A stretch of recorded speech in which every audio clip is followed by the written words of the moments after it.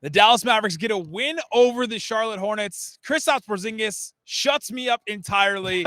And the Mavericks finally hit some shots in a win over Charlotte. Nick Angstadt, Kevin Gray here. We'll break down this game on today's Locked On Mavs. Doncic, and this is Locked On Mavericks podcast. The Dallas Mavericks are NBA champions. Bang! Bang! It's good! And the Mavericks have won the game! If you don't believe, you shouldn't be here.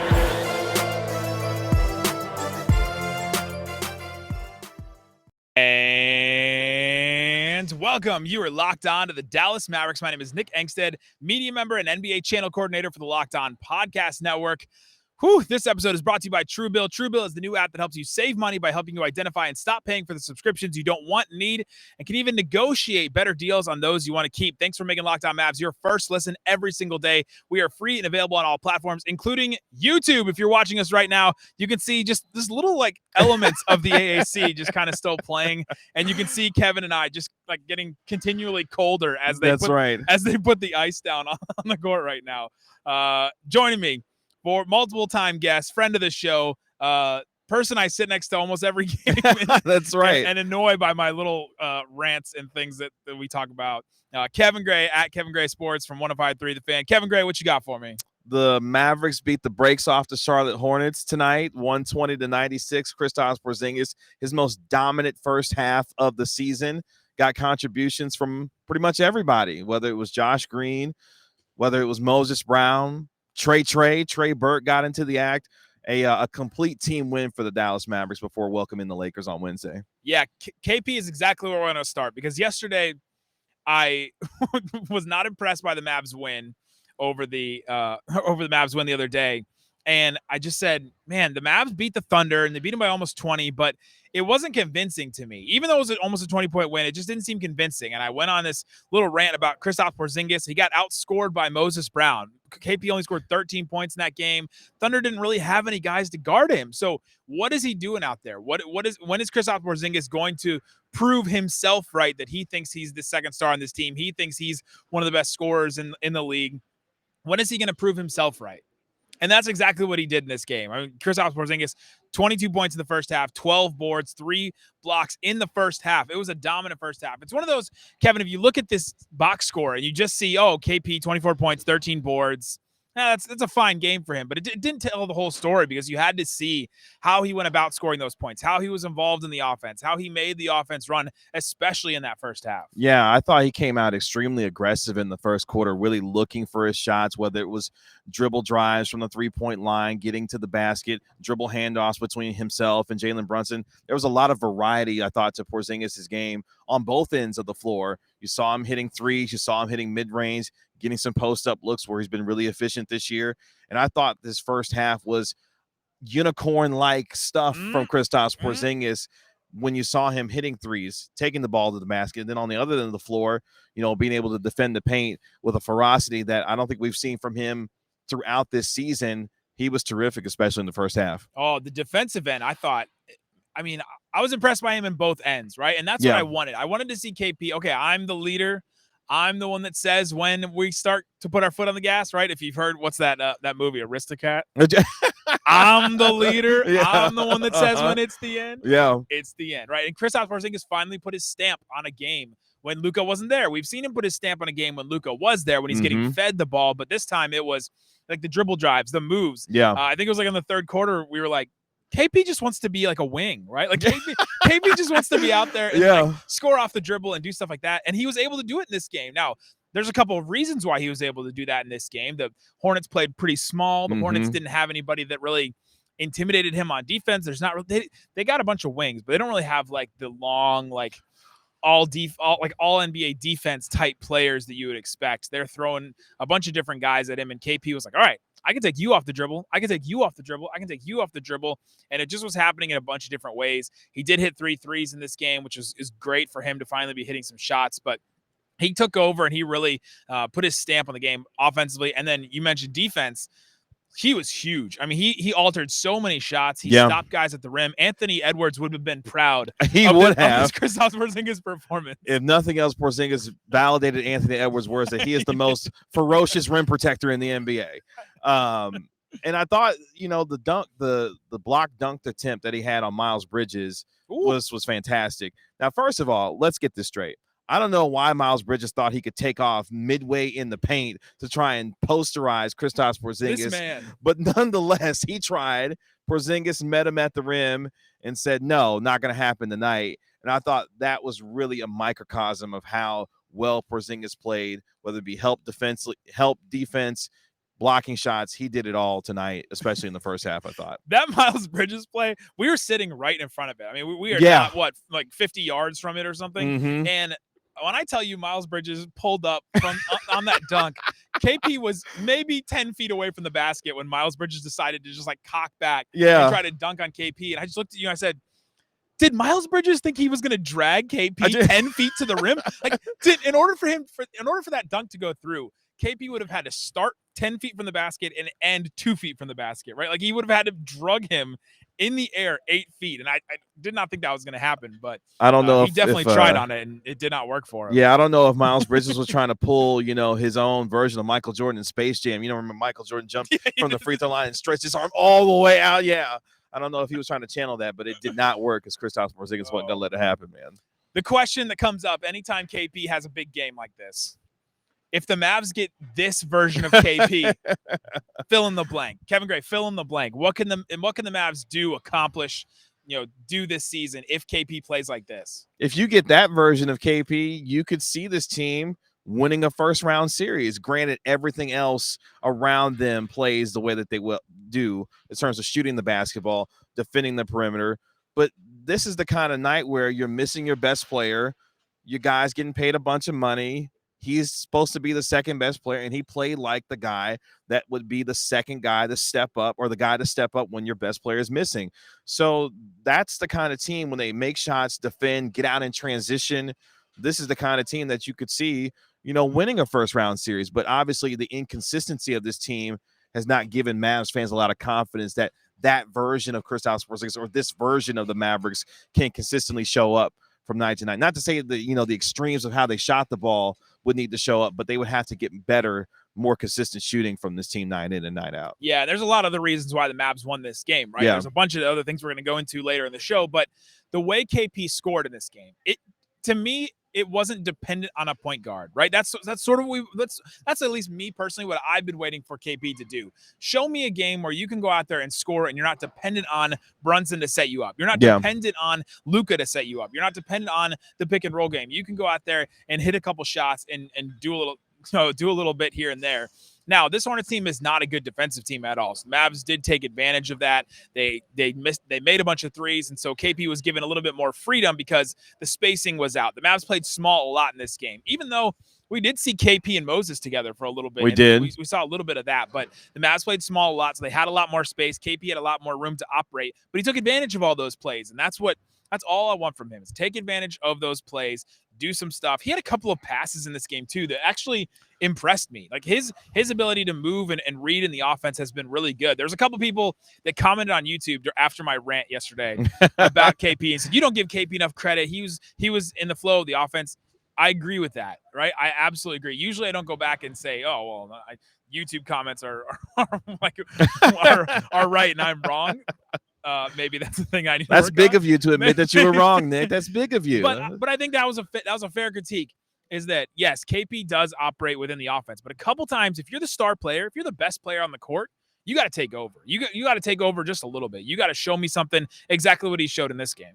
And I think that's important for this Mavericks team going forward, especially now that they've won a couple of games without Luka Doncic. They were 0-4 prior to the game against Oklahoma City. They got the win without Luka, obviously beating, a not very good Oklahoma City Thunder team. But then against the Charlotte Hornets here, you're really able to establish a lot of different things with a lot of different guys contributing. But more importantly, your second best player spearheading the effort on both ends of the floor. And you talked about KP's passing. I think his passing is much more underrated than what folks like to give him credit for, especially as he's starting to make plays for himself, taking the ball to the basket, trying to find, shots for himself, but for teammates when they're open too. Porzingis' passing ability is something that continues to improve, and I think it's just another part of his game that will help the Mavericks be better in terms of their offensive efficiency going forward. Speaking of making things better, the Dallas Mavericks have been using Moses Brown and Josh Green a lot, getting them some development time. We definitely have to get into their game. I think this may have been Josh Green's best game as an NBA player. We'll get into that. We'll talk about that more. But speaking of things that make you better, Truebill. Do you know why free trials renew without your consent? It's a business scam out to get you. Don't let greedy corporations pocket money. Download Truebill to take control of your subscriptions. On average, people save up to $720 a year with Truebill. We all have those subscriptions that we get that we forget about, and you're like, dang, I don't remember getting Paramount Plus. That's always my example because that happened to me. I need Truebill to be able to keep track of all these different things that I have to keep track of because companies make subscriptions hard to cancel. Truebill makes it incredibly simple. They have a concierge that's there when you need them to cancel unwanted subscriptions. So don't fall for subscription scams. Start canceling today at Truebill.com/LockedOnNBA. Go right now. Truebill.com/LockedOnNBA. It could save you thousands a year. There's a link in the description of the podcast and on YouTube. Truebill.com/LockedOnNBA. Also, want to tell you about my co-host Isaac, one of his favorite products that we've ever advertised. When I told him that we were about to advertise this product, he went, wait, what? Are they sending me things? Am I getting things?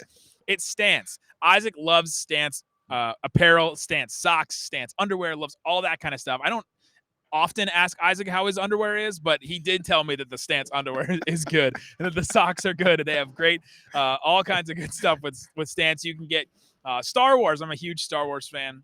The Office, Harry Potter, Disney, Marvel, baseball, NBA, Pixar, all kinds of different I almost just said flavors of socks. That is absolutely not the word that I should have said. They have absolutely all kinds of designs and characters that you can get on your Stance apparel. So check it out. Go check it out for yourself. Stance believes that the perfect fit matters more than fitting in, that those who feel good do good. Go see for yourself. Register for an account at stance.com and get 15% off your first purchase. Promo code locked on at checkout to apply. Enjoy the color comfort of a less ordinary life with Stance. All right, Kevin Gray, let's get into this game, how the Mavericks ended up winning this game, how they came out. The Mavericks started Kristaps Porzingis, Jalen Brunson, the two wings, Dorian Finney-Smith and Reggie Bullock, and then Dwight Powell. The Charlotte Hornets were without LaMelo Ball. I've said that a couple times, but Gordon Hayward, Miles Bridges, Terry Rozier, Isaac Sky, one of the Martin twins, Cody. Yeah, Cody. right, exactly. And then Nick Richards at the center spot. He did not last long in this game, and the Hornets went small a lot. And so that made the Mavericks decide to change and go small as well. But this barrage from the Mavs started right out of the gate. I mean, the Mavs got out to a 10-point lead, and the Hornets had a bunch of turnovers to start. The Mavericks were hitting some threes. I mean, you could just tell early in this game it was going to be different for the Mavs. Yeah, they came out with, I think, a lot of energy. I mean, this their fifth game in 7 nights, and they were able really to take it to Charlotte to start out the game. You mentioned getting out to a 10-0 run to start the game and really set the tone. I thought did Kristaps Porzingis really making sure that he knew that he was going to be the guy that both offensively and defensively, he was going to be the one that they looked to. And I thought that start for them was important to set a tone for Charlotte that, hey, just because we've been playing, a lot of games over a really short span, we're going to be the team that comes out aggressively. And they were able to do that to start off the game, I thought. Yeah, they really were. They got out to a 10-0 lead, then a 14-5 lead, and it just felt different, right? It felt like this game was built different. It was built different. It was, because it wasn't built by bricks. Exactly. It was built by threes. It was built by movement in the offense. Now, I've seen a lot of people make jokes and comments and say things on Twitter. The Mavs offense looks so different without Luka Doncic. Yeah. And I think at times it does. People say, oh, there's more flow to the Mavericks offense without Luka Doncic. I agree with that. Now, but don't get it twisted, confused, however you want to put it. Flow does not equal efficiency, right? Flow can look like something. You can have a really good flowing possession and it end in a shot clock violation. Yeah. Right? How does the Mavericks offense look without Luka? And is it that flow versus efficiency that the Mavericks are having to try and juggle when Luka's out and then when Luka's in? I think at times when Luka is in and this offense is being ran by him, guys tend to stand around and wait for something to happen.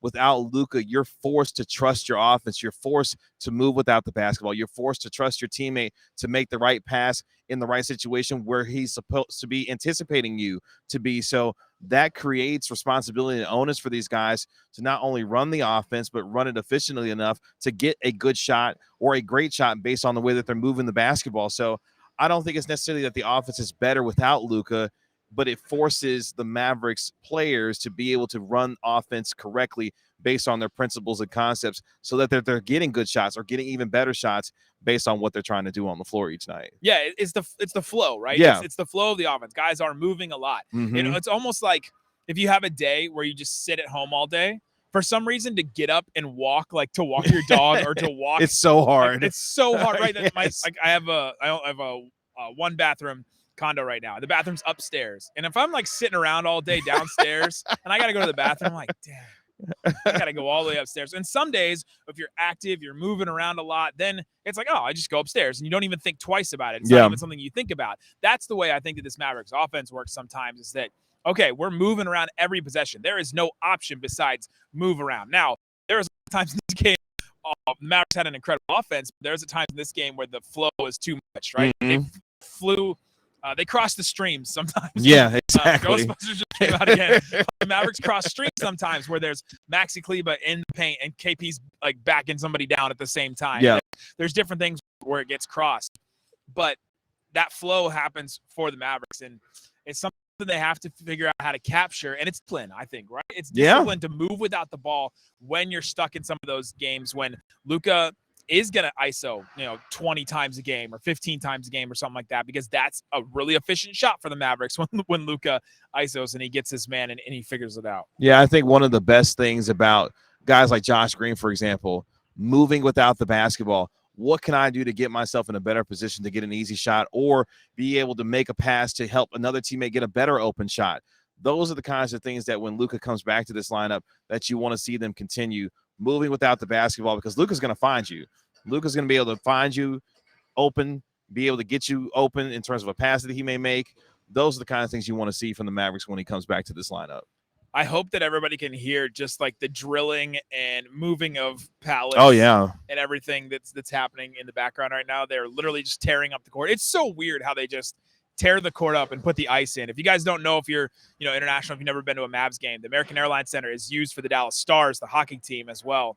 And so they're literally going to put down the ice, and they just take the court off in these little sections. Piece by piece. Yeah, it's like the weirdest thing. And it's getting colder as we speak. It is really getting a lot colder in here. You can see us shivering. But yeah, how the Mavericks came about this win. We talked about the threes hitting. The Mavs started the game 10 of 13 from three. They were just absolutely bombing, and it was everybody. Kristaps Porzingis taking over in the first half. And I thought Trey Burke was a really, really big spark off the bench. He finished this game. Trey Burke finished this game with 22 points. He was 9 of 14, but he was 5 of 5 in the first half. That's had right. 10 points. And I thought that he was a catalyst, right? He was a catalyst for this Mavs team to get some offense going. And it was a lot of ISO with him too. Mm-hmm. He's a guy that'll just take the ball and everybody will stand around and he'll get a shot. He's kind of like that microwave offense, that instant offense, coming off the bench, being able to provide instant scoring, whether it be from the three-point line, getting some dribble drives, getting into the mid-range, being able to knock down some jumpers, had some really nice drives tonight. I thought Trey Burke played arguably his best game of the season also, and that's important because the bench and the depth of this team will continue to need to get better as the season goes on so that Mavs fans and folks who watch and support the team have more confidence that these guys can step up in bigger moments. We've seen Moses Brown start to grow a little bit, Josh Green getting a little bit better. Trey Burke is going to have to be a guy along with Jalen Brunson when Luka comes back to this lineup that helps this second unit be able to sustain offensively, going forward, because if Burke and Brunson are able to score and drive and provide that kind of offensive punch for that second unit, that's going to bode well for the Mavericks going forward. So I thought Trey Burke was tremendous in this game against the Hornets. Oh, yeah, massive. He was huge in this game. I mean, he was the second leading scorer for the Mavericks. He was the head of the snake on offense at times, especially when Brunson wasn't in the game. Mm-hmm. And they need that. And I think he's one of the reasons why we're not seeing Frank a lot. I've seen a lot of people tweet and comment, where's Frank? Why can't Frank get more minutes? It feels like Jason Kidd is having to make a decision between, all right, I got Josh Green kind of filling in Sterling Brown's minutes. Every once in a while, I'm going to give him some of Frank Ntilikina's minutes if we're just going to take him in little piles. And then if Trey Burke is out there, the Mavericks need some offense. They need just some instant offense they can get and, kind of create out of nowhere. And Trey Burke brings that and Frank doesn't. Mm-hmm. So I think Trey Burke being good in this game it hurts Frank Ntilikina, but it's depth, right? Yeah. It continues to add to the depth of this Mavericks team. And that's something that the Mavericks desperately need because, man, you're just looking across the league right now. There's just so many teams that are just missing a bunch of guys. I mean, Man, the Bulls are missing a ton of guys right now. The decimated by Hornets COVID, were missing a bunch of guys in this Mhm. game. And so the Mavericks need that depth desperately in this season. And it'll be interesting. Yeah, all right, coming up, let's get into Josh Green and Moses Brown. They've had Moses Brown's been really good recently. Josh Green had one of his best games. If you look at the stats, you say, well, I don't know if that's a great game, but it was a really good game for Josh Green. We'll tell you why coming up. But before we do, let me tell you about Boost Mobile. You listen to podcasts for the power of knowledge. You get knowledge from me and Kevin, Isaac. You switch to Boost Mobile for the power of saving money because you Boost, you get the power of a free 5G phone so you can listen to all the latest episodes of Locked On Mavericks. You can watch Kevin Gray on YouTube. The power of 3 unlimited data lines for $30 a month per line. So your family can all harness that brain power too. The power of one of America's largest 5G networks so you can do it all at the speed of 5G. With all that money you'll save and all that knowledge you'll gain, just how powerful will you become? Maybe over 9,000, like hopefully our YouTube subs will get to. Switch to Boost Mobile and find out. Get a free Samsung Galaxy A32 5G when you switch to one of America's largest 5G networks. More power to save. Boost Mobile. Free phones limited to new customers and 1 per line. Additional restrictions apply. Offers, covers not available everywhere for all phones and networks. See boostmobile.com for details. All right. Thanks for making Locked On Mavs your first listen every single day. We are free and available on all platforms, including YouTube at Locked On Mavericks. You can also go to Kevin Gray's YouTube channel that I'll put in the description of on YouTube. Go check that out. Post-game analysis all the time. Good questions from him. Josh Green, one of his best games as a Dallas Maverick, probably his best game. We were sitting next to Lauren Gunn, who is like the preeminent like Josh Green apologist in Mavs media. And he had 7 points, 6 boards, 2 assists. Hit a 3, his second 3 of his NBA career. Yes. I think, right? Second as many games, I think. And then his second one, in back-to-back nights. So why was this game so good for Josh Green? What stood out to you? I think his energy, his being able to make plays when he doesn't have the basketball in his hands, he finds a way to make an impact on the game, whether it be second chance opportunities to help guys hit 3-pointers, whether it be, finding an open man with an extra pass, being able to move without the basketball. I think he had a nice, alley-oop dunk, on an out-of-bounds play. Like he had some really good moments in this game. And I think one of the things that I've wanted to see for Josh Green in terms of his development is what 1 or 2 discernible skills does he have to give him opportunities to get out onto the floor? Yes. And what he's started to develop is a basketball IQ that allows him to move without the basketball, make plays, hustle plays, energy plays. Those are things that are skills that he's developing. And then we saw him hit a couple of jump shots, hit a 3-pointer, hit a baseline jumper.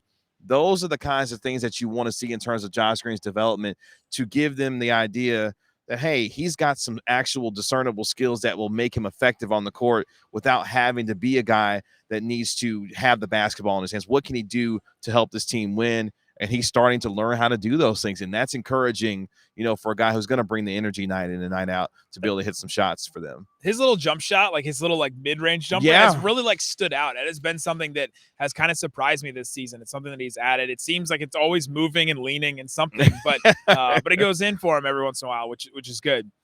What you're seeing with Josh Green is the confidence instilled when a coach is confident in you, right? Mm-hmm. Like I've bemoaned Jason Kidd for many different reasons and talked about the negatives and all that. But Reggie Bullock said the other day that Jason Kidd is a player's coach. He inspires a lot of confidence and instills a lot of confidence in his players. Reggie Bullock said that. So if a player is saying that, then I tend to believe that at least Jason Kidd is attempting to do that. And that's one of Jason Kidd's, the thing that he is attempting to do, right, is be a player's coach and instill confidence. And so instilling confidence in a guy like Josh Green, we don't see what's happening behind the scenes. Maybe Jason Kidd is really, pouring into him. Maybe he's pulling him aside every once in a while during practice or something and explaining things to him. But now you're starting to see Josh Green get some minutes and confidence instilled to him, monetarily by like playing him more and like showing like, all right, I'm putting my money. Jason Kidd's like, I'm putting my money where my mouth is and putting you out there instead of Frank Ntilikina or, instead of more minutes for some of the other wings. And Josh Green's taking advantage of it. That confidence has been instilled in him, and that's great. His defense was pretty good in this game. He had a block. I think it was credited to Porzingis, but Mavs highlights tweeted out. I retweeted it. It was just an incredible play where Josh Green was in front of his man the whole time. The man tried to take him to the basket and then dished it off to somebody else. Josh Green got the switch and then was able to get the block and alter the shot again. He's all over the place. And your point about his passing and his making the ability. Josh Green is a guy that helps your team turn a good shot into a great shot, right? He is finding guys around the perimeter. There's a couple times in this game where Josh Green could have taken a shot. If he was Trey Burke, I think he would have taken a couple of those shots, right? Those mid-range shots, but he's not that type of player. He throws cross-court passes all the way, whips one across to Tim Hardaway Jr. for an open three. He has a mid-range shot open, but instead he kicks it back to Dorian Finney-Smith, and Dorian hits the three. That was one of his assists. He's a guy that really makes passes better. He's got to get better across the board at all those things to be included in some of these Mavs games against better opponents. But yeah, it's been great to see Josh Green really come along and show some life. I think a lot of us had sort of given up on the idea of Josh Green, but you have to remember, like, his rookie season was so random, and so weird and truncated and all that kind of stuff, that this is essentially a rookie year for him, right? That's kind of what I consider it. He got the, a little bit of an introduction into the NBA, and now we're finally seeing Josh in the NBA. Shout out to Desmond Bane, because I think one of the reasons why we've seen some more Josh Green minutes is because Desmond Bane walked in here into the American Airlines Center. Desmond Bane shamed the Mavs into playing Josh Green. I think so. He dropped 29 and 9 in here. And what was the conversation after the game? It's true. Oh man, we should have drafted Desmond Bane. Should have got him.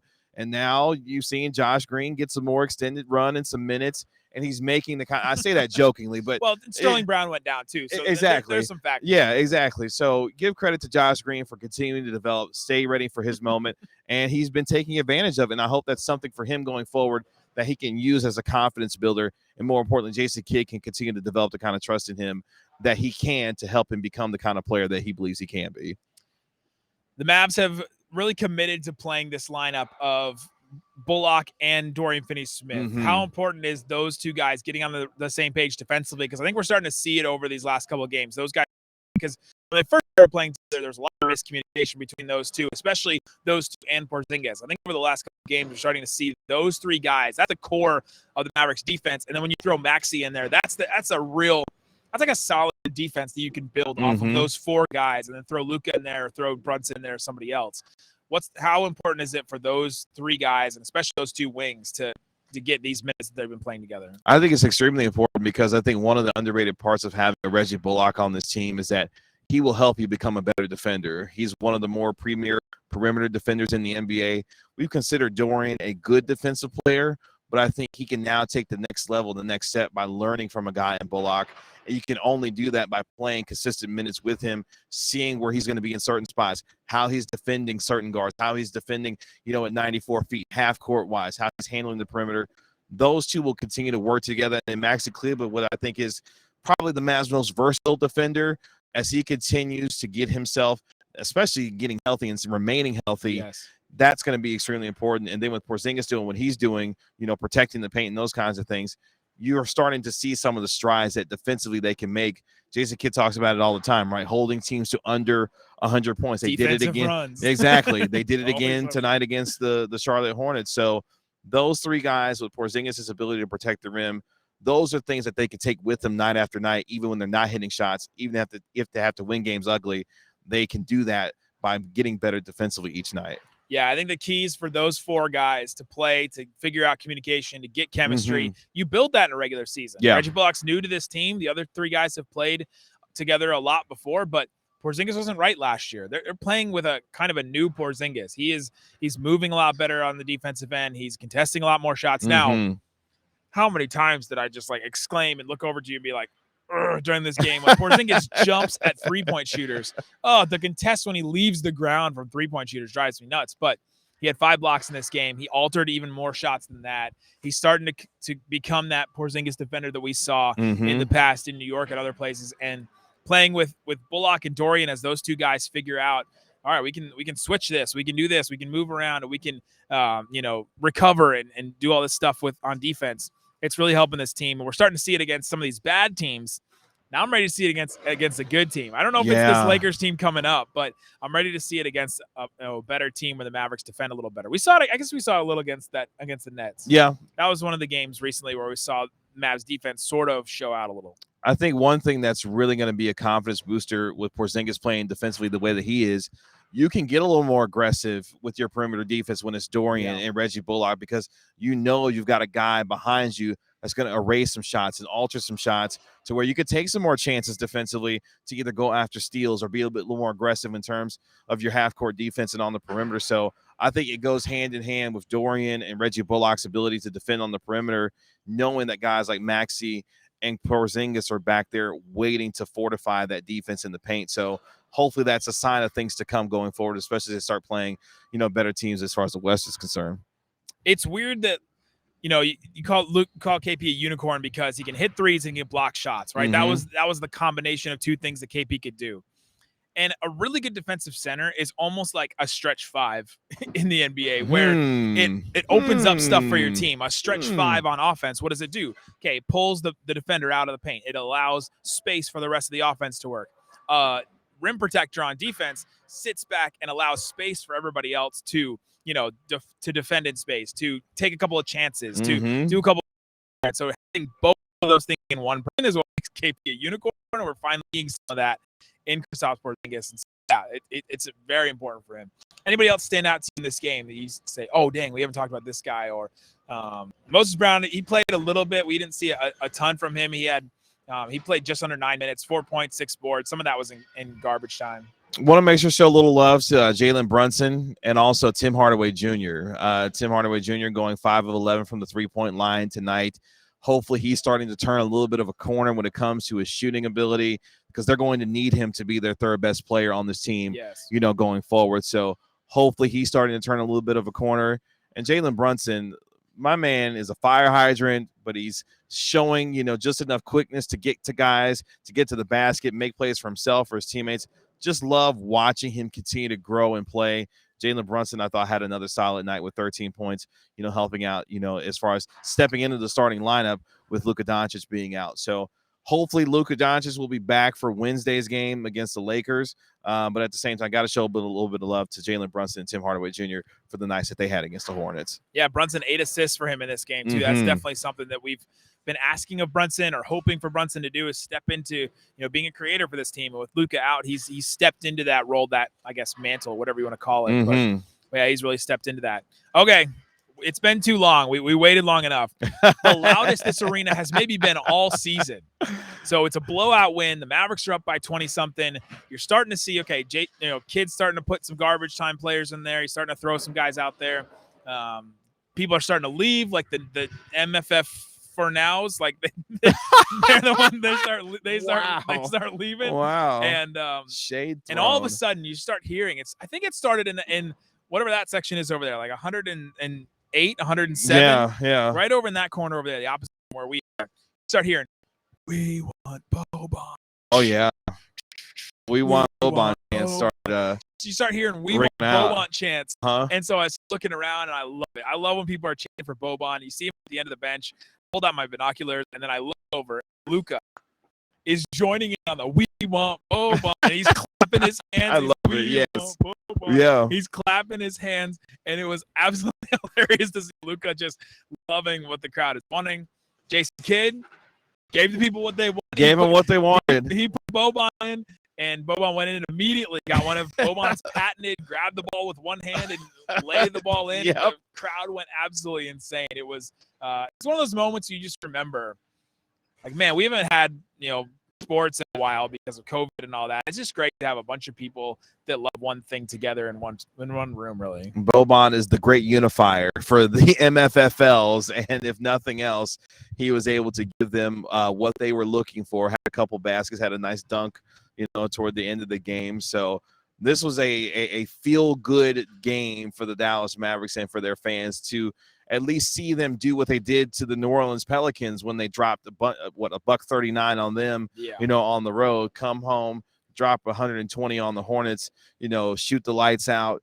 Guys play well on both ends of the floor, and you got to see Boban come in and have some Boban moments to send the crowd home happy. It's like when a face wrestler, a professional wrestler, is a face, and the crowd wants to be sent home happy. Boban sent the crowd home happy tonight with his getting able to come in and have a couple buckets to make the folks feel good tonight. That is a reference that is out of my wheelhouse. Look, man, you got your heel wrestler, you got your face wrestler, you got the bad guy, you got the good guy. The good guy gets to send the crowd home happy after beating the bad guy. The Hornets were the bad guy. Boban sent the crowd home happy because he's the good guy. He's the ultimate good guy. For sure. Ultimate good guy. Yeah, I'm no expert, but I don't think wrestling with your face is probably the most ideal. They'll know what I'm talking about. They'll know exactly what I'm talking about. There you go. Go subscribe to Kevin Gray's YouTube channel. Listen to him on 105.3 The Fan. Follow him on Twitter at Kevin Gray Sports. Guys, thanks so much for listening to Locked On Mavs, making us your first listen every single day. Now go listen to Locked On Bets with your boy Q and Lee Sterling. Great stuff from them. Picks every single day for you. Subscribe wherever you get podcasts. Guys, thanks so much for listening to Locked On Mavs. Boom!